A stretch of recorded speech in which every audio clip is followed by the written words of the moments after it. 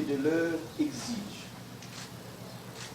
vous comme nous, que nous puissions nous arrêter un instant de réfléchir sur le sort de notre cher pays, comme s'il s'agissait de réfléchir sur celui de l'humanité. Un seul être aurait perdu la vie, toute l'humanité aurait perdu la sienne. J'ai écouté, j'ai tendu l'oreille, j'ai regardé, j'ai ouvert les yeux. Je n'ai pas reconnu mon pays. Je n'ai pas reconnu mon peuple. Je n'ai pas reconnu la jouvence que nous avons vécue, gambadant, courant, développant nos espoirs. J'ai vu une jeunesse sans espoir, une jeunesse sans envie, une jeunesse déboussolée, une jeunesse qui ne sait plus à quel sein se vouer, une jeunesse qui traverse les océans sans bouée de sauvetage, une jeunesse qui sert d'aliment aux poissons en haute mer, une jeunesse qui, une fois partie, n'est pas sûre d'arriver à destination. Une fois à destination, n'est pas sûr de revenir au bercail. Les parents, tous les matins et tous les soirs, s'interrogent sur le sort de leur progéniture. C'est une jeunesse intrépide, néanmoins, qui aime travailler, qui aime se pousser à l'effort, mais qui n'a pas d'opportunité pour se trouver. C'est notre responsabilité à nous tous de donner à cette jeunesse ces talents dont il a besoin pour pouvoir servir son pays à tous les niveaux. Je le dis et je le répète souvent, il n'y a aucune différence entre eux et nous, sauf un nombre d'années plus important dans l'état civil, un ventre protubérant, je me suis rasé ce matin, et des cheveux gris. Sinon, nous avons la même formation, la même envie de servir, la même envie de voir notre pays figurer parmi les meilleurs au monde. Je l'ai crié, urbi et orbi. Je l'ai crié dans le Ferlo. Je l'ai crié à Khosanto. Je l'ai crié dans le Djirigi. Partout. Qu'il faut que l'on arrête d'avoir un Sénégal à deux vitesses. Un Sénégalais à part entière et un Sénégalais entièrement à part. Ce n'est pas tenable. C'était prévisible qu'il arriverait un moment où le couvercle sauterait. Et si nous n'y prenons garde, le couvercle va sauter imminemment et on aurait du mal à le rabattre sur la casserole. Qui serait perdant? Chacun d'entre nous. L'on ne nous a pas confié ce pays pour que nous nous croisions les bras, pour voir et observer ce pays aller en déliquescence. L'on nous l'a confié pour que nous puissions proposer des modes et des méthodes alternatives de gestion, d'amélioration du quotidien de nos concitoyens, mais de compassion, d'amour et de tendresse. Que nous puissions répondre à cela qui, il y a 12 ans, bientôt, nous ont confié leur sort, confondant celui-ci au nôtre, pour que nous fassions un seul et même peuple, avec un seul but, avec une même foi. Mais je dois avouer avec vous que nous nous sommes écartés de ces objectifs.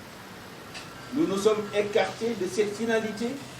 Et demain, quand le moment viendra de rendre compte, nous serons tous mal barrés pour paraître fiers à côté de vous. Le soir, ou 2 jours avant l'installation de son Excellence, M. le Président de la République, j'étais invité par notre ami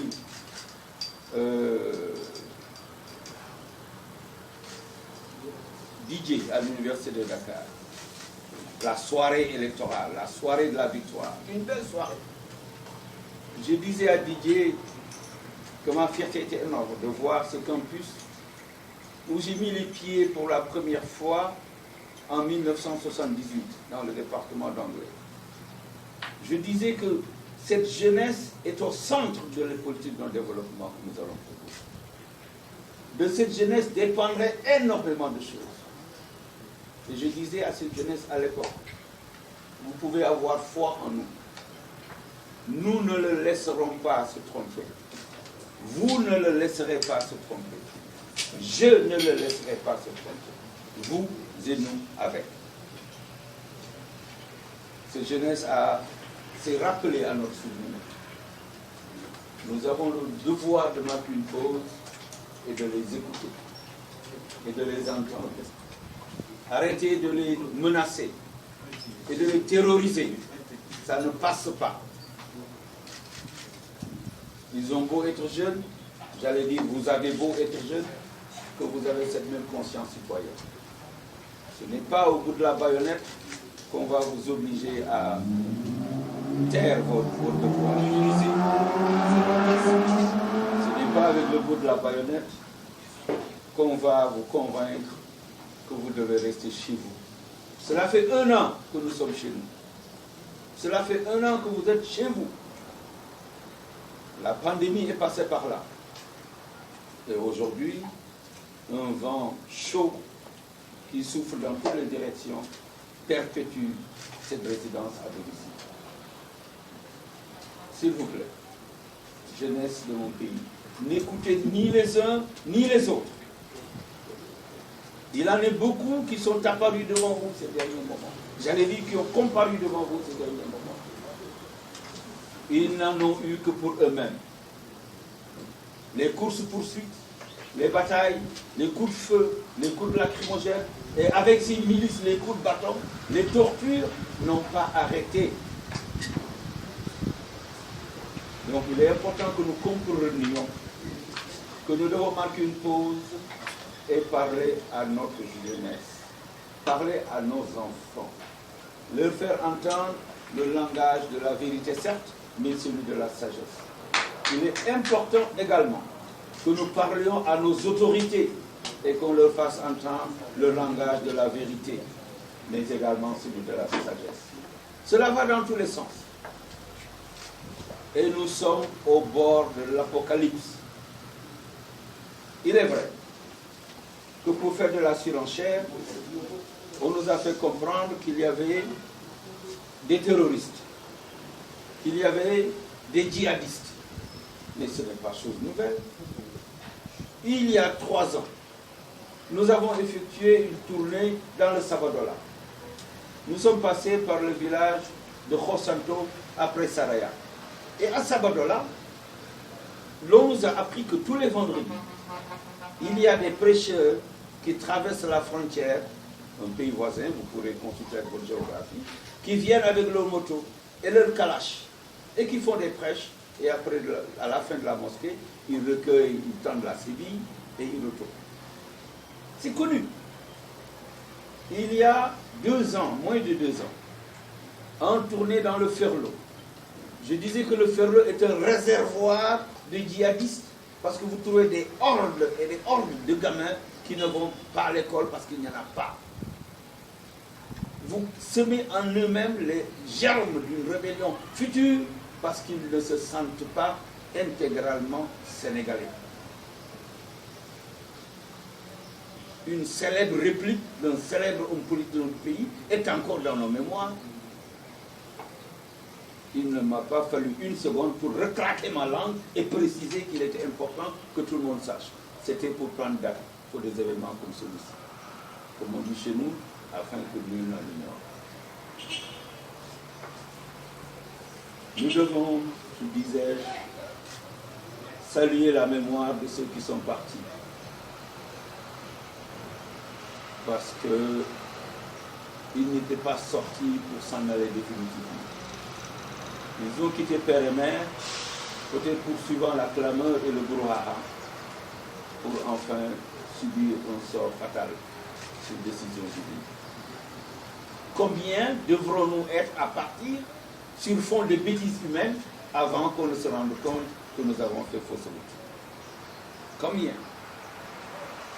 Un seul serait parti, que tout le monde serait parti.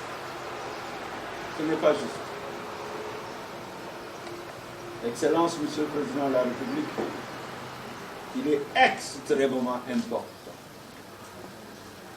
que nous renoncions à cette ferveur qui semble nous habiter lorsqu'en des moments comme celui-ci, nous sommes beaucoup plus poussés par la chicotte que par l'écoute.